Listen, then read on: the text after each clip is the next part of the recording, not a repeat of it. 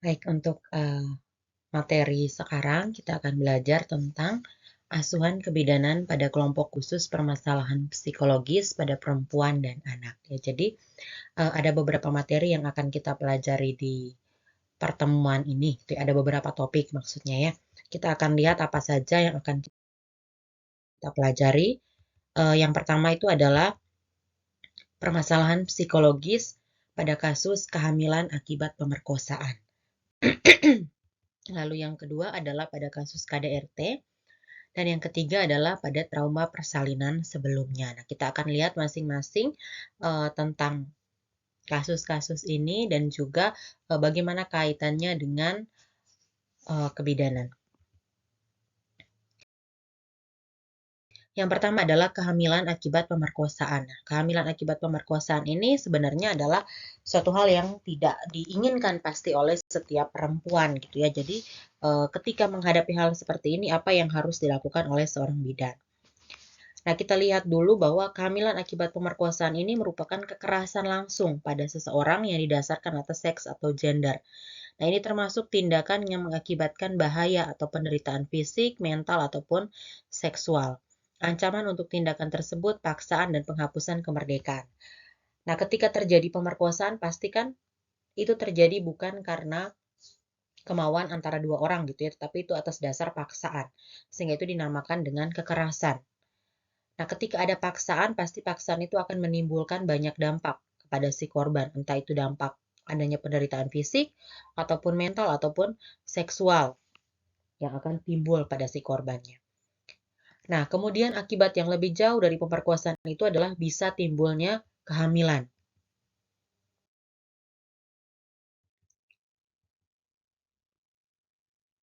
Nah, kekerasan terhadap perempuan adalah tindakan memaksakan kehendak terhadap perempuan dengan menggunakan tubuh dan seksualitas perempuan sebagai medium atau areanya. Nah, jadi salah satu kekerasan pada perempuan itu salah satunya adalah pemerkosaan. Pemerkosaan itu kan tadi ya seperti saya sampaikan bahwa itu dilakukan bukan karena atas dasar keinginan dua orang tetapi karena paksaan. Nah, kekerasan dalam bentuk paksaan karena pemerkosaan ini adalah berhubungan dengan seksual gitu ya atau menggunakan media tubuh dan seksualitas perempuan itu sendiri. Nah, kekerasan terhadap perempuan belum sepenuhnya dipahami oleh masyarakat dan aparatur penyelenggara.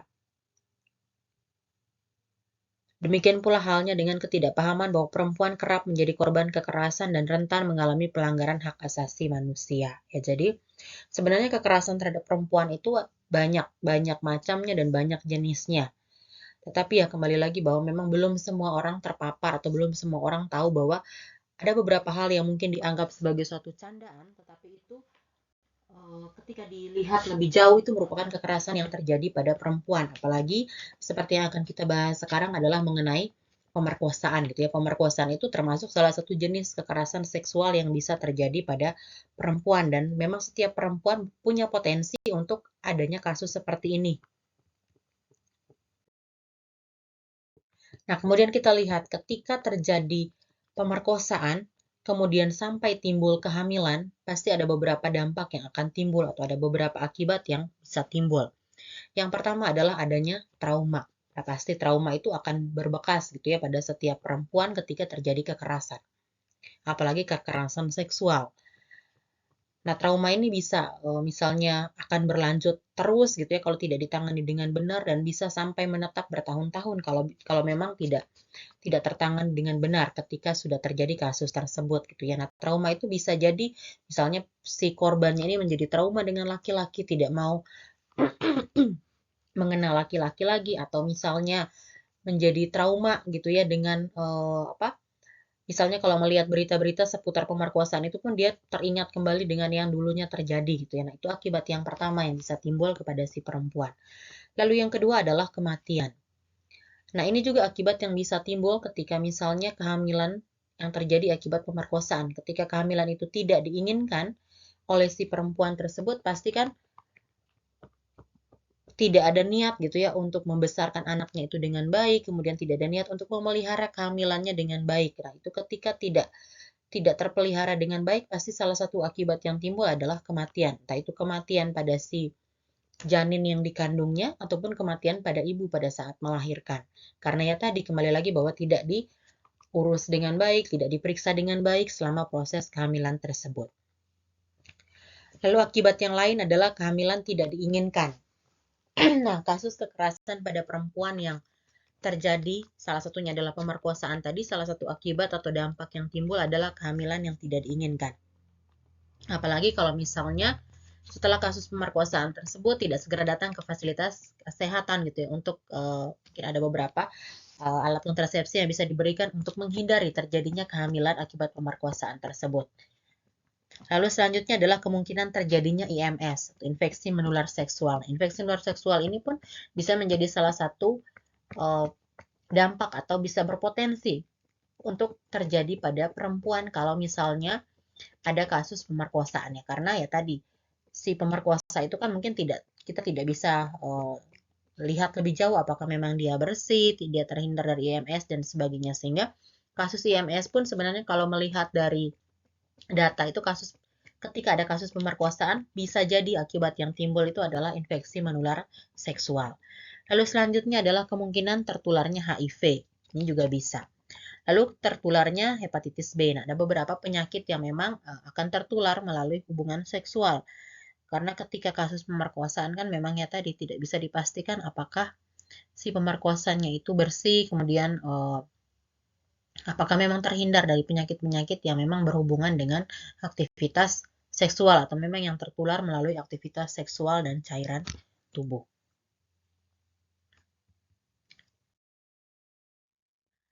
Nah, lalu selanjutnya ini beberapa bentuk kekerasan yang terjadi terhadap perempuan ya. Sebenarnya di sini ada banyak gitu ya, berdasarkan temuan Komnas Perempuan ada 15 bentuk kekerasan seksual.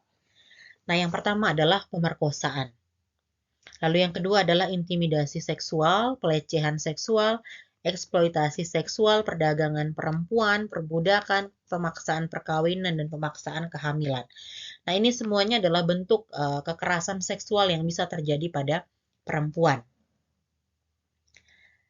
Ya memang kalau di keseharian hal-hal seperti ini ya ada saja gitu ya, kalau misalnya ada pasien yang datang untuk konseling dan sebagainya ya, ada saja cerita-cerita seperti ini. Tetapi ya kembali lagi seperti tadi di slide awal bahwa ada banyak kasus kekerasan yang terjadi pada perempuan, tapi banyak orang yang memang belum paham bahwa itu sebenarnya termasuk kekerasan yang dilakukan kepada perempuan. Salah satu contoh seperti pemaksaan kehamilan. Padahal kan sebenarnya ketika hamil, perempuan itu punya wewenang untuk menentukan seberapa banyak sih anak yang mau dilahirkan, seberapa banyak dia ingin hamil.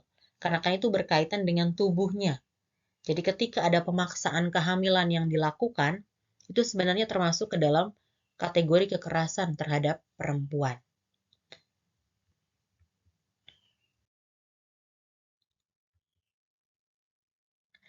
Nah, lalu selanjutnya kita lihat kembali mengenai kehamilan akibat pemerkosaan, ya.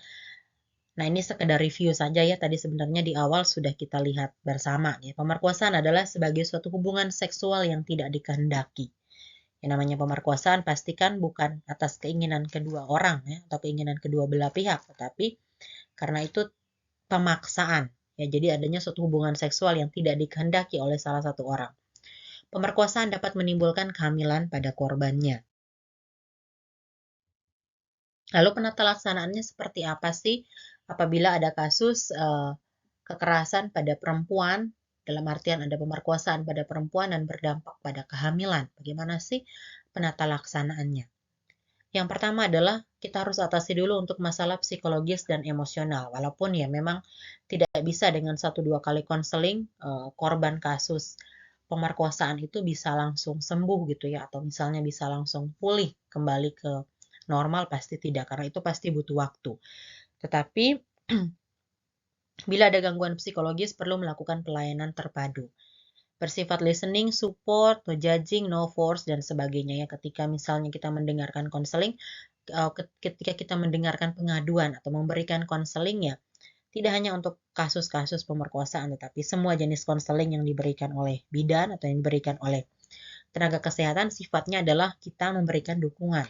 Jadi kita tidak ada dalam pihak untuk mengintervensi atau ingin memberikan sesuatu solusi, tetapi dari dari sisinya kita dan ingin diikuti oleh klien itu tidak seperti itu. Tapi sifat konseling adalah kita mendengarkan, kita memberi support, berusaha menjadi pendengar yang baik, tidak mengintimidasi, no judging gitu ya.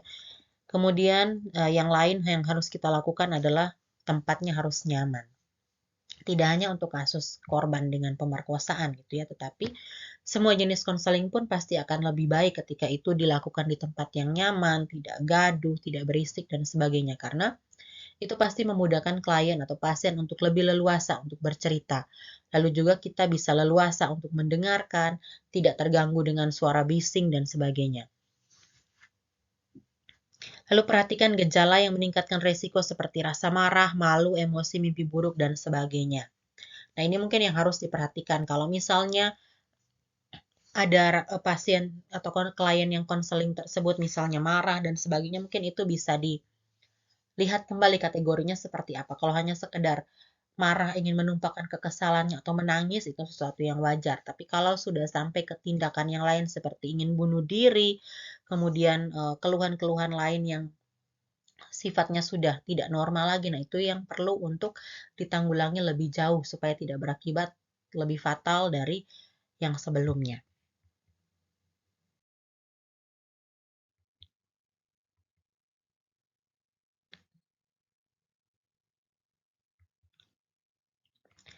Nah, lalu selanjutnya harus diberikan informasi yang cukup dan jadwal kunjungan tindak lanjut. Ya, jadi namanya pemberian konseling gitu ya, ketika konseling terkait dengan misalnya ketika sudah terjadi kehamilan, pastikan dia butuh untuk pasien tersebut atau klien tersebut butuh untuk didengarkan, kemudian ya namanya kehamilan yang tidak diinginkan pasti ada rasa tidak suka dengan kehamilannya, sehingga tidak bisa hanya 1-2 kali konseling seperti yang saya sampaikan tadi di awal. Butuh waktu, butuh proses lebih panjang supaya si pasien atau si kliennya ini lebih menerima untuk kehamilan tersebut. Kemudian apakah diperbolehkan untuk aborsi ketika ada kasus kehamilan akibat pemerkosaan? Nah, ini berdasarkan undang-undang, berdasarkan PP nomor 61 tahun 2014, pasal 1 di sini dikatakan bahwa tindakan aborsi hanya dapat dilakukan atas dasar indikasi kedaruratan medis atau kehamilan akibat pemerkosaan. Tapi ya kembali lagi namanya aborsi, ketika ada pengguguran kandungan pasti harus memenuhi indikasi atau harus ada memang indikasi yang jelas yang memang diperbolehkan oleh dokter bahwa ini boleh dilakukan aborsi. Tindakan aborsi akibat perkosaan sebagaimana dimaksud pada ayat 1 huruf B hanya dapat dilakukan apabila usia kehamilan paling lama berusia 40 hari. Dihitung sejak hari pertama haid terakhir. Ya, jadi ketika misalnya akan dilakukan aborsi, ini adalah ketentuannya. Akibat pemerkosaan hanya dilakukan apabila usia kehamilan paling lama berusia 40 hari dihitung dari hari pertama haid terakhir. Dari hari HPHT-nya sampai dengan 40 hari ke depan itu kalau menurut undang-undang masih bisa dilakukan untuk tindakan aborsi. Tapi kembali lagi ya, aborsi ini kan kalau di negara kita bukan sesuatu yang legal. Sehingga ketika misalnya ingin dilakukan aborsi harus atas indikasi yang jelas dan atas persetujuan dokter atau tenaga kesehatan yang memang berwenang untuk memberikan ini.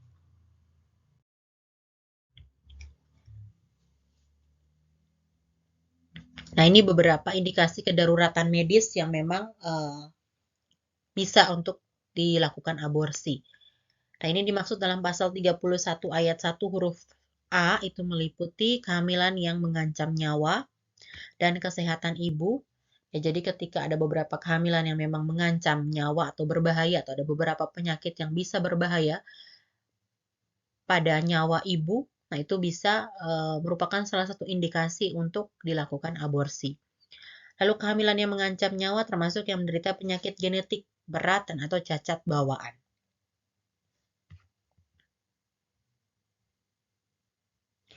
Penentuan adanya indikasi kedaruratan medis sebagaimana dimaksud dalam pasal 32 dilakukan oleh tim kelayakan aborsi. Nah, jadi tadi seperti yang saya sampaikan di slide sebelumnya bahwa aborsi ini bukan sesuatu yang legal di negara kita. Sehingga ketika ingin melakukan aborsi pasti harus atas dasar indikasi yang jelas dan atas persetujuan tenaga kesehatan yang memang berwenang untuk memberikan solusi ini. Tim sebagaimana dimaksud pada ayat 1 paling sedikit terdiri dari 2 orang tenaga kesehatan yang diketuai oleh dokter yang memiliki kompetensi dan kewenangan. Ya, jadi tidak bisa ujuk-ujuk misalnya ketika sudah terjadi kasus pemerkosaan kemudian boleh dilakukan tindakan aborsi.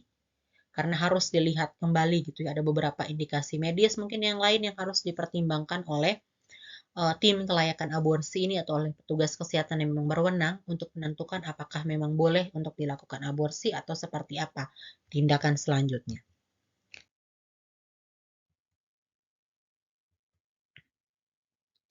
Nah, dalam menentukan indikasi kedaruratan medis, tim sebagaimana dimaksud pada ayat 1 harus melakukan pemeriksaan sesuai dengan standar. Ya, kembali lagi tadi bahwa aborsi ini bukan sesuatu yang legal di negara kita, sehingga pasti harus ada pemeriksaan yang dilakukan oleh tenaga kesehatan kepada si pasien atau si klien tersebut untuk menentukan apakah memang tindakan yang harus diberikan kepada klien ini adalah tindakan aborsi. Berdasarkan hasil pemeriksaan sebagaimana dimaksud pada ayat 3, tim sebagaimana dimaksud pada ayat 1 membuat surat keterangan kelayakan aborsi. Ya, jadi ada surat keterangan kelayakan aborsi yang memang perlu dibuat untuk menyatakan bahwa memang pasien atau klien ini diperbolehkan atau layak untuk dilakukan aborsi. Kemudian pasal 34 di sini dikatakan kehamilan akibat perkosaan sebagaimana dimaksud dalam pasal 31 ayat 1 huruf B merupakan kehamilan hasil hubungan seksual tanpa adanya persetujuan dari pihak perempuan sesuai dengan ketentuan peraturan perundang-undangan. Kehamilan akibat perkosaan sebagaimana dimaksud pada ayat 1 dibuktikan dengan usia kehamilan sesuai dengan kejadian perkosaan, lalu keterangan penyidik atau psikolog mengenai adanya dugaan perkosaan. Ya, jadi ketika misalnya ada kehamilan yang memang dicurigai sebagai ini akibat pemerkosaan, pasti harus diperiksa dahulu kejadiannya benar atau tidak, kemudian usia kehamilannya saat ini berapa, karena tadi salah satu indikasi ketika ingin melakukan aborsi pada pasien dengan kehamilan akibat pemerkosaan, maka usia kehamilannya itu harus sampai dengan 40 hari terhitung dari HPHT terakhirnya. Kemudian juga harus dilihat kembali keterangan penyidik atau psikolog, apakah benar ini kasus karena pemerkosaan.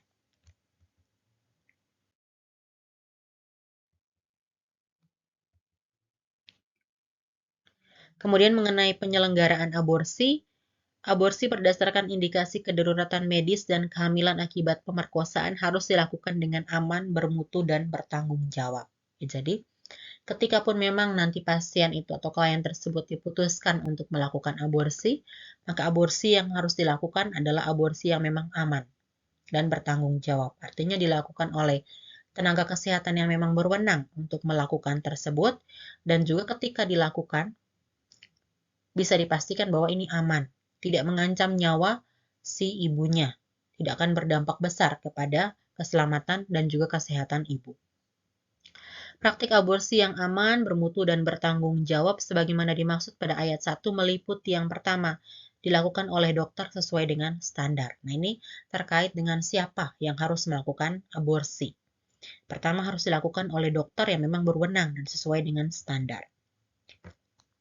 Lalu selanjutnya dilakukan di fasilitas pelayanan kesehatan yang memenuhi syarat yang ditetapkan oleh menteri.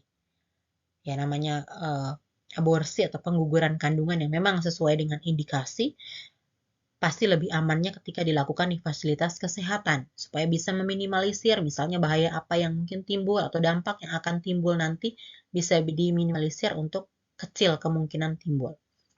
Lalu atas permintaan atau persetujuan perempuan hamil yang bersangkutan. Ya, jadi ketika pun misalnya ini karena akibat pemerkosaan kehamilannya juga harus atas dasar izin dari si perempuan atau si ibu tersebut apakah memang ingin untuk menggugurkan kandungannya atau seperti apa. Lalu dengan izin suami kecuali korban pemerkosaan. Tidak diskriminatif dan tidak mengutamakan imbalan materi. Dalam hal perempuan hamil, sebagaimana dimaksud pada ayat 2 huruf C tidak dapat memberikan persetujuan, persetujuan aborsi dapat diberikan oleh keluarga yang bersangkutan. Kalau misalnya si ibu memang tidak bisa untuk memberikan persetujuan, maka bisa diwakilkan oleh keluarga. Ini terkait dengan informed consent ya, yang memang harus ditandatangani. Dalam hal suami tidak dapat dihubungi, izin sebagaimana dimaksud pada ayat 2 huruf D diberikan oleh keluarga yang bersangkutan.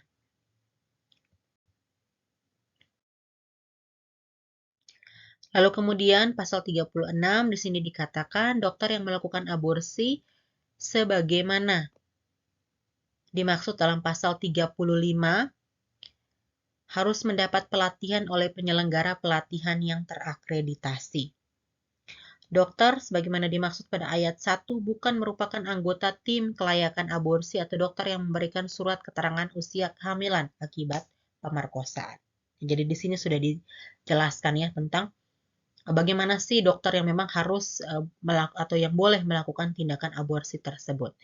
Dalam hal di daerah tertentu jumlah dokter tidak tercukupi, dokter sebagaimana dimaksud pada ayat 1 dapat berasal dari anggota tim kelayakan aborsi. Ketentuan lebih lanjut mengenai pelatihan sebagaimana dimaksud pada ayat 1 diatur dengan peraturan menteri. Nah, ini terkait dengan tenaga kesehatan yang memang berwenang untuk melakukan aborsi. Tindakan aborsi berdasarkan indikasi kedaruratan medis dan kehamilan akibat pemerkosaan hanya dapat dilakukan setelah melalui konseling.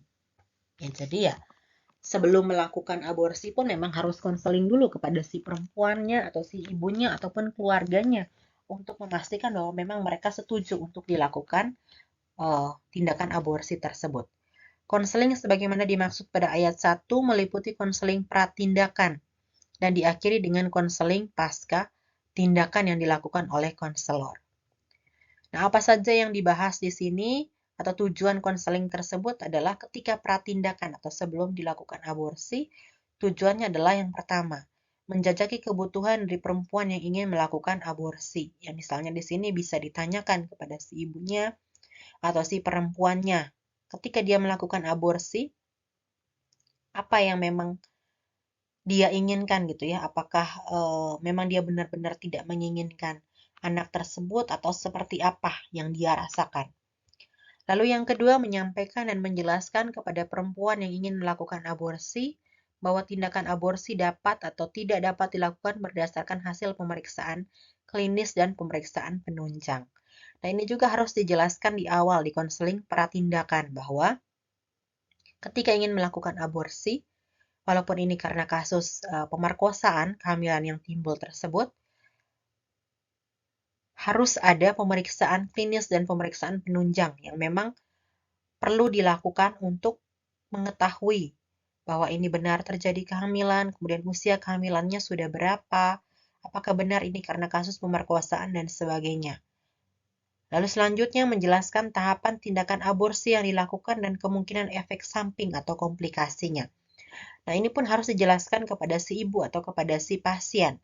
Tindakan aborsinya nanti akan seperti apa dilakukannya. Kemudian ketika ada pengguguran kandungan, pasti akan ada efek yang timbul nantinya. Apakah misalnya salah satu efek yang bisa timbul apakah perdarahan, ataupun misalnya bisa dengan akibat lain yang lebih fatal sampai dengan kematian.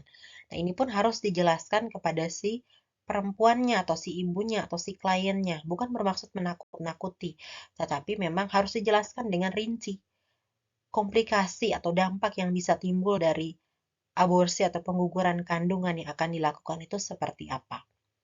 Lalu selanjutnya membantu perempuan yang ingin melakukan aborsi untuk mengambil keputusan sendiri. Ya, jadi salah satu tujuan konseling pratindakan pada kasus aborsi adalah menegaskan kembali kepada si klien tersebut apakah memang benar dia ingin melakukan aborsi. Ataupun kalau dia ingin membatalkan niatnya atau keinginannya untuk melakukan aborsi pun silakan saja. Jadi salah satu tujuan di konseling pratindakan adalah menegaskan kembali apakah memang benar-benar ingin atau memang ingin dibatalkan. Lalu selanjutnya tujuan yang lain adalah menilai kesiapan pasien untuk menjalani aborsi. Ya, sejauh mana sih kesiapannya? Apakah memang secara batin, secara mental, dan sebagainya, klien tersebut sudah siap untuk melakukan pengguguran kandungan atau sejauh ini belum siap atau bagaimana. Nah, itu harus diklarifikasi kembali pada konseling pratindakan.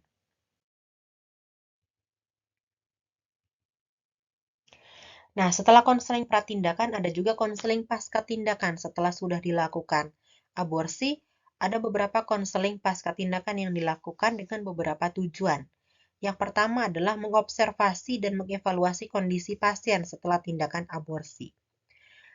Nah, ketika sudah selesai aborsi, ini perlu diobservasi kembali kondisi pasiennya seperti apa. Apakah memang secara fisik sudah bagus, ataukah mungkin secara mental, secara psikologis seperti apa? Nah, itu perlu dievaluasi ketika sudah selesai tindakan aborsi. Lalu selanjutnya membantu pasien memahami keadaan atau kondisi fisik setelah menjalani aborsi. Nah, ini beberapa hal yang memang perlu dilakukan atau konseling yang perlu dilakukan ketika sudah selesai tindakan aborsi. Lalu menjelaskan perlunya kunjungan ulang. Yang namanya ketika sudah dilakukan suatu tindakan medis, apalagi tindakan pengguguran kandungan, pasien harus diberikan konseling untuk kunjungan ulang. Supaya bisa diobservasi kembali kondisi rahimnya seperti apa, kemudian kondisi pasiennya pun seperti apa. Lalu juga menjelaskan pentingnya penggunaan alat kontrasepsi untuk mencegah terjadinya kehamilan. Ini beberapa hal yang bisa dilakukan. Tujuan konseling di pasca tindakan dari aborsi yang perlu diberikan kepada pasien atau kepada klien.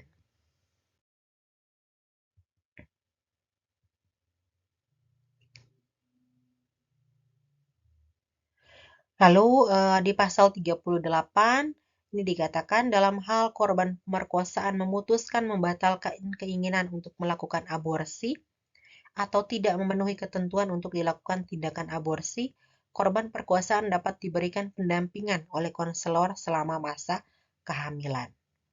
Lalu juga anak yang dilahirkan dari ibu korban pemerkosaan dapat diasuh oleh keluarga. Dalam hal keluarga, menolak untuk mengasuh anak yang dilahirkan dari korban pemerkosaan, anak menjadi anak asuh yang pelaksanaannya dilakukan sesuai dengan ketentuan peraturan perundang-undangan. Ya, jadi ini sudah diatur ya, misalnya yang pertama adalah terkait dengan apakah memang si korban atau si kliennya ini ingin meneruskan kehamilan. Kalau ingin meneruskan kehamilan, maka bisa dibantu pendampingan oleh konselor selama masa kehamilan. Kemudian anaknya pun bisa diasuh oleh keluarga, tapi kalaupun memang keluarga tidak mau mengasuh, anak itu menjadi anak asuh dan pelaksanaannya dilakukan sesuai dengan ketentuan peraturan perundang-undangan. Kemudian di pasal 39 di sini dijelaskan bahwa setiap pelaksanaan aborsi wajib dilaporkan kepada Kepala Dinas Kesehatan Kabupaten atau Kota dengan tembusan Kepala Dinas Kesehatan Profesi. Laporan sebagaimana dimaksud pada ayat 1 dilakukan oleh pimpinan fasilitas pelayanan kesehatan.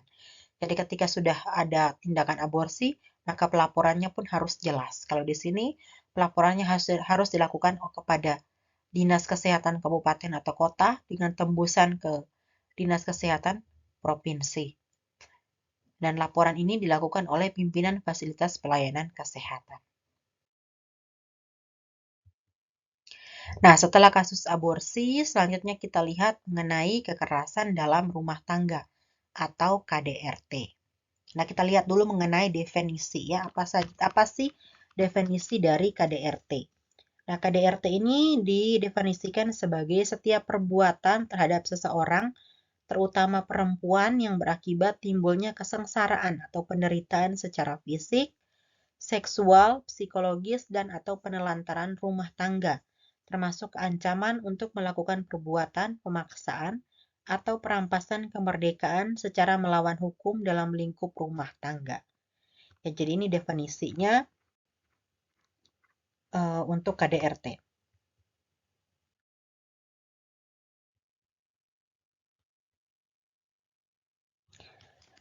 Nah, kekerasan terhadap perempuan telah menjadi isu global dan merupakan pelanggaran hak asasi manusia. Ini terdapat di dalam pasal 1 Deklarasi Penghapusan Segala Bentuk Kekerasan Terhadap Perempuan Perserikatan Bangsa-Bangsa tahun 1993. Ya, jadi Sebenarnya yang namanya kekerasan pada perempuan atau kekerasan yang dilakukan pada setiap makhluk manusia gitu ya, itu merupakan pelanggaran hak asasi. Dan ini sudah tertuang di dalam undang-undang.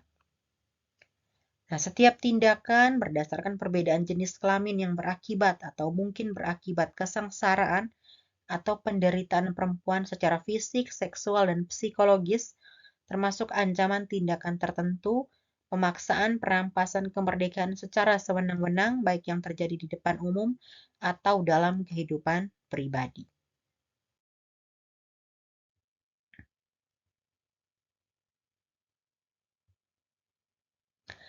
KDRT itu adalah situasi yang sering terjadi dalam ruang lingkup keluarga. Jadi, kekerasan yang terjadi di dalam rumah tangga itu bisa meliputi beberapa hal gitu. Yang pertama, suami, istri, dan juga anak. Itu adalah ruang lingkup keluarga yang bisa digolongkan sebagai kekerasan dalam rumah tangga. Lalu yang kedua adalah orang-orang yang mempunyai hubungan keluarga dengan orang sebagaimana dimaksud nomor 1. Entah itu karena hubungan darah, perkawinan, persusuan, pengasuhan, dan perwalian yang menetap dalam rumah tangga. Atau orang yang bekerja membantu rumah tangga dan menetap dalam rumah tangga tersebut. Ya, jadi, ruang lingkup keluarga yang dimaksudkan itu adalah seperti ini. Untuk poin 1, 2, dan 3. Lalu selanjutnya bentuk-bentuk kekerasan dalam rumah tangga itu apa saja? Nah, di sini ada beberapa bentuk kekerasan dalam rumah tangga. Yang pertama adalah kekerasan fisik. Lalu ada kekerasan psikis, kekerasan seksual, dan penelantaran rumah tangga. Nah, kita lihat satu-satu. Yang pertama adalah mengenai kekerasan fisik. Kekerasan fisik adalah perbuatan yang mengakibatkan rasa sakit, jatuh sakit, ataupun luka berat. Nah, sebenarnya kalau menyimak berita-berita yang ada di media sosial ya, sebenarnya kasus KDRT yang berupa kekerasan fisik itu banyak sekali dialami. Misalnya ketika perempuan dipukul, kemudian dari pukulan tersebut mengakibatkan luka memar, sampai dengan luka berat dan sebagainya. Nah, itu yang digolongkan dengan kekerasan fisik, suatu perbuatan yang berakibat timbulnya rasa sakit, jatuh sakit, atau sampai dengan luka berat. Lalu selanjutnya adalah kekerasan psikis. Nah, berbeda dengan kekerasan fisik, kalau kekerasan fisik itu kan bisa dirasakan sakitnya, ya psikis juga bisa dirasakan sakitnya gitu ya, tapi kalau kekerasan fisik kan memang bisa dilihat gitu ya, luka, kemudian sakit dan sebagainya. Ada sesuatu hal yang memang nampak di anggota badan gitu ya. Nah, itu kekerasan fisik. Nah, kalau kekerasan psikis adalah perbuatan yang mengakibatkan ketakutan, hilangnya rasa percaya diri, hilangnya kemampuan untuk bertindak, rasa tidak berdaya, dan atau penderitaan psikis berat pada seseorang. Ya, jadi kalau kekerasan psikis itu adalah membuat seseorang itu, misal membuat perempuan itu menjadi ketakutan untuk berada di rumahnya sendiri, menjadi tidak nyaman untuk ada di situ, atau membuat tidak percaya diri untuk melakukan sesuatu. Ada rasa takut ketika berhadapan dengan suaminya atau berhadapan dengan orang yang ada di dalam rumah tersebut gitu ya, atau dia menjadi tidak berdaya untuk melawan atau sebagainya. Itu merupakan kekerasan psikis. Dampaknya pada psikologis seseorang atau psikologis perempuan. Lalu selanjutnya adalah kekerasan seksual. Nah, kekerasan seksual ini adalah perbuatan yang berupa pemaksaan hubungan seksual. Pemaksaan hubungan seksual dengan cara yang tidak wajar dan atau tidak disukai. Pemaksaan hubungan seksual dengan orang lain untuk tujuan komersil dan atau tujuan tertentu. Nah, ini termasuk kekerasan seksual. Lalu penelantaran rumah tangga. Nah, penelantaran rumah tangga ini adalah orang yang mempunyai kewajiban hukum atau karena persetujuan atau perjanjian memberikan kehidupan, perawatan, atau pemeliharaan kepada orang tersebut dalam lingkup rumah tangga namun tidak melaksanakan kewajiban tersebut. Nah, ini termasuk penelantaran rumah tangga. Misalnya kalau seperti berita-berita yang sering terlihat di media sosial ya, seorang kepala keluarga misalnya tidak menafkahi keluarganya, tidak menafkahi istri ataupun tidak menafkahi anak. Nah, itu termasuk penelantaran rumah tangga yang terjadi. Nah, itu pun termasuk bentuk KDRT ya. Jadi, KDRT itu sebenarnya tidak hanya yang terlihat secara fisik saja, tetapi yang berupa psikis atau berdampak kepada psikologisnya, atau kekerasan seksual dan penelantaran rumah tangga, itu pun termasuk ke dalam kategori KDRT.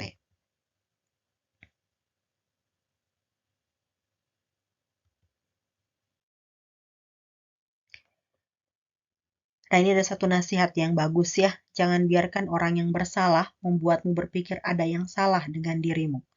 Jangan merendahkan diri hanya karena ia tidak menghargaimu. Kenali kemampuanmu walau ia tidak mengenalinya. Ya, jadi kadang-kadang ada beberapa kasus yang terkait dengan KDRT yang berdampak kepada psikologis seorang perempuan yang membuat dia berpikir bahwa ketika itu terjadi, yang salah adalah dirinya sendiri. Padahal tidak seperti itu.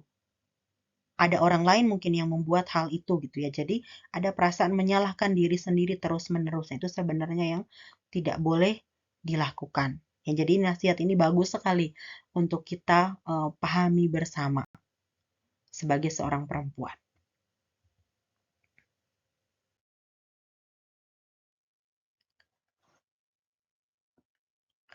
Nah, siklus kekerasan yang disampaikan untuk kasus KDRT ini banyak sekali yang dilaporkan. Yang paling menonjol adalah kekerasan fisik. Lalu selanjutnya adalah kekerasan seksual, kekerasan ekonomi, itu menjadi yang paling terakhir.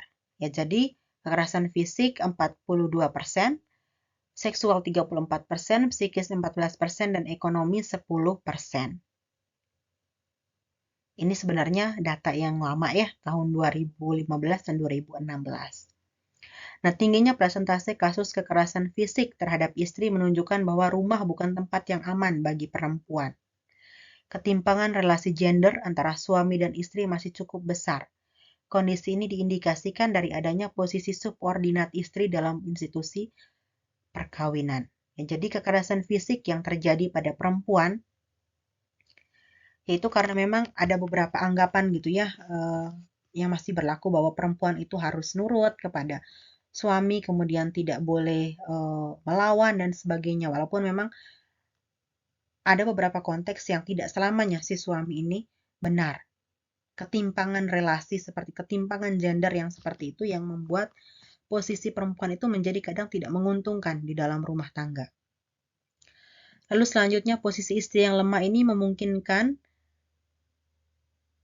untuk terjadinya kasus-kasus seperti ini. Banyak faktor yang membuat istri enggan melapor, misalnya takut, demi anak-anak hingga rendahnya rasa percaya diri. Nah, faktor ini yang menyebabkan angka tersebut bagaikan puncak gunung es semata. Jadi, ketika ada banyak perempuan yang mengalami KDRT, tetapi enggan atau takut untuk melapor dengan banyak alasan. Karena takut salah satunya, kemudian berpikir bahwa ada anak-anak gitu ya, sehingga tidak ingin melapor karena berpikir nanti kalau misalnya melaporkan, kemudian sampai dengan timbul perceraian dan sebagainya, kasihan anak-anak yang dikorbankan. Tapi ya kembali lagi, ini tergantung individunya maunya seperti apa. Tapi yang namanya kasus KDRT, kekerasan, itu tidak dibenarkan. Ketika sudah timbul kekerasan, entah itu kekerasan dalam bentuk fisik atau kekerasan dalam bentuk psikologis, ketika sudah ada kekerasan itu sudah tidak dibenarkan lagi. Meskipun saat ini perlakuan KDRT sudah ada payung hukumnya, yaitu Undang-Undang Penghapusan Kekerasan dalam Rumah Tangga Nomor 23 Tahun 2004, tetapi ya sampai saat ini angka ini masih saja tinggi.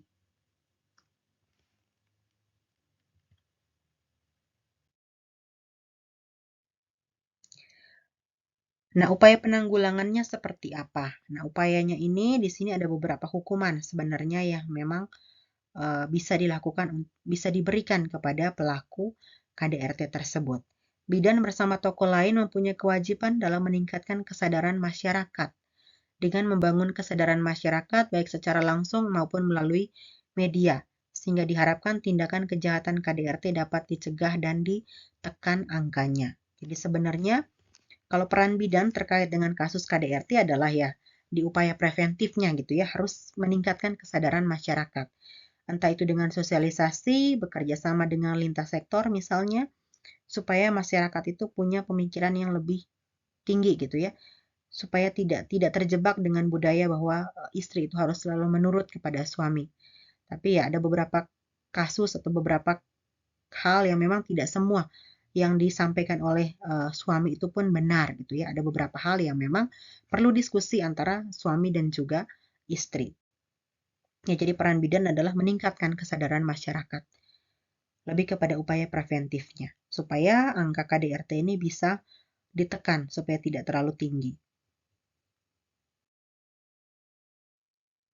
Nah, peran nakes di sini adalah memberikan KIE, memberikan konseling, kemudian juga memberikan pertolongan atau pengobatan fisik apabila terjadi KDRT. Tapi ini sesuai dengan wewenangnya. Tapi ya, kalau peran bidan sebenarnya lebih banyak kepada preventifnya, pemberian konseling ataupun pemberian KIE kepada pasangan suami istri.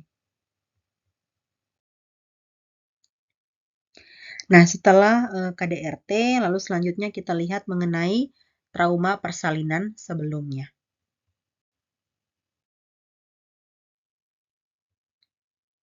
Nah, ada beberapa hal yang menjadi atau berpotensi adanya trauma persalinan kepada perempuan. Yang pertama adalah persalinan yang lama dan menyakitkan. Nah, kadang-kadang ketika terjadi persalinan, kita kan tidak bisa mengestimasi ya apa yang akan timbul. Ada beberapa hal yang memang luput dari perkiraan tiba-tiba timbul. Misalnya persalinan yang lama, ya. Misal perpanjangan di kala 1 ataupun perpanjangan di kala 2, kadang-kadang kan memang mungkin saat hamil tidak apa-apa semuanya normal, tetapi pada saat persalinan tiba-tiba ada hal-hal seperti itu. Nah, itu kan memang tidak bisa kita hindari. Hal-hal seperti itu bisa saja timbul. Nah, ketika ada perpanjangan kala 1 dan kala 2, itu kan mengakibatkan persalinan itu menjadi lama. Ketika persalinan itu menjadi lama, pasti kan membuat tidak menyenangkan atau menyakitkan bagi si ibu, sehingga itu mengakibatkan terjadinya trauma untuk hamil lagi. Lalu juga proses induksi persalinan. Ini juga bisa membuat trauma kepada perempuan atau kepada ibu. Yang namanya induksi persalinan itu kan pasti sakit. Rasa sakit yang timbul itu ya lebih sakit dibanding dengan HIS yang normal. Sehingga ya pasti membuat trauma kepada si ibu. Lalu rasa sakit yang menyiksa ibu pada saat proses persalinan. Ini terkait dengan HIS ya. Lalu juga perasaan hilangnya kendali atau kontrol saat proses persalinan dan tingginya tingkat intervensi medis. Ya, misalnya banyak hal yang dilakukan saat persalinan tersebut ya. Ini bergantung dengan kondisi ibu, misal jika ibunya banyak kehilangan darah misalnya harus diinfus. Mungkin si ibunya menjadi trauma dengan hal-hal tersebut, adanya intervensi medis yang dilakukan gitu ya.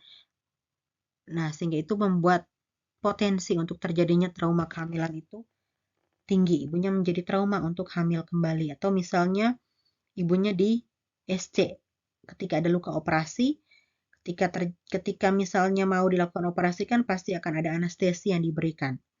Ketika sudah selesai SC, anestesinya sudah mulai menghilang, pasti akan timbul rasa sakit. Nah, rasa sakit ini bisa memicu untuk timbulnya trauma. Ibunya menjadi malas atau menjadi takut untuk hamil kembali. Lalu perlakuan yang kasar atau kurang menyenangkan dari penolong persalinan. Entah itu bidan atau dokter atau para medis yang lain. Itu pun bisa menjadi trauma. Misal, ibunya merasa ketika persalinan bidannya mungkin membentak gitu ya, sehingga ibunya takut mau hamil lagi, takut gitu. Nah, itu beberapa hal yang bisa terjadi atau menjadi potensi terjadinya trauma kehamilan atau kekhawatiran akan keselamatan bayi. Atau mungkin bayi yang sebelumnya itu ya, ketika dilahirkan dirawat di NICU. Takut nanti kalau hamil lagi akan seperti itu kembali. Trauma sebelumnya, contohnya ketika di masa anak-anak ibunya mengalami kekerasan seksual sehingga takut untuk terjadi atau takut untuk mengalami hamil kembali atau takut untuk ya kalau dia hamil lagi dia takut akan anaknya nanti akan mengalami kekerasan yang dialami ketika dulu masih anak-anak. Nah, ini beberapa trauma yang terjadi pada ibu. Nah, trauma melahirkan terjadi sebagai akibat dari trauma selama proses persalinan pada ibu gitu ya. Jadi ketika proses persalinan tadi seperti yang saya sampaikan ada banyak hal yang memang tidak bisa diperkirakan akan terjadi. Nah, ketika itu tidak bisa tertangani dengan benar atau misalnya itu ya namanya psikologis ya kadang-kadang terlihat di depan ketika terlihat di gambaran raut wajahnya seperti biasa saja, tetapi yang timbul di hati itu kan memang tidak bisa kita lihat dengan baik ya. Ketika trauma itu tidak terselesaikan dengan baik, pasti akan ada potensi untuk misalnya si ibu ini tidak ingin hamil kembali.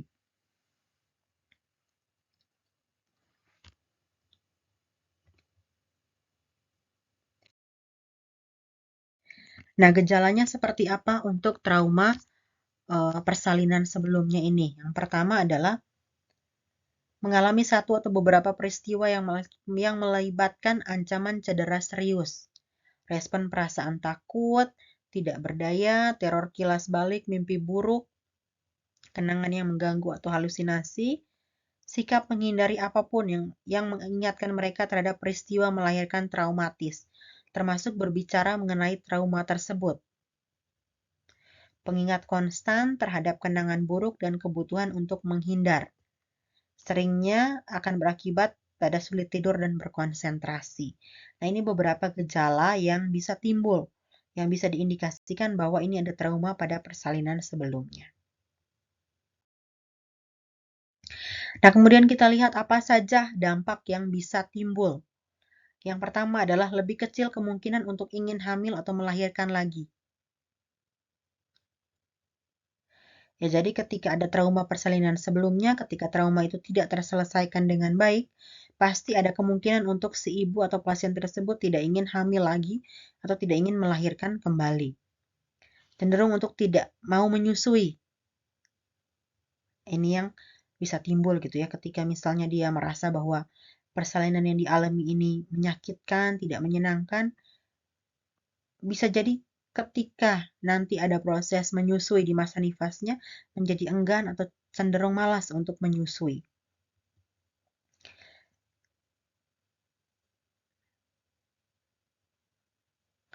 Atau memiliki tantangan keterikatan dengan bayi. Dan depresi. Ini beberapa dampak yang bisa timbul kepada ibu kalau misalnya mengalami trauma karena persalinan sebelumnya. Sehingga trauma tersebut harus diselesaikan terlebih dahulu. Apa yang dapat dilakukan untuk mengatasi trauma melahirkan? Yang pertama adalah strategi manajemen stres.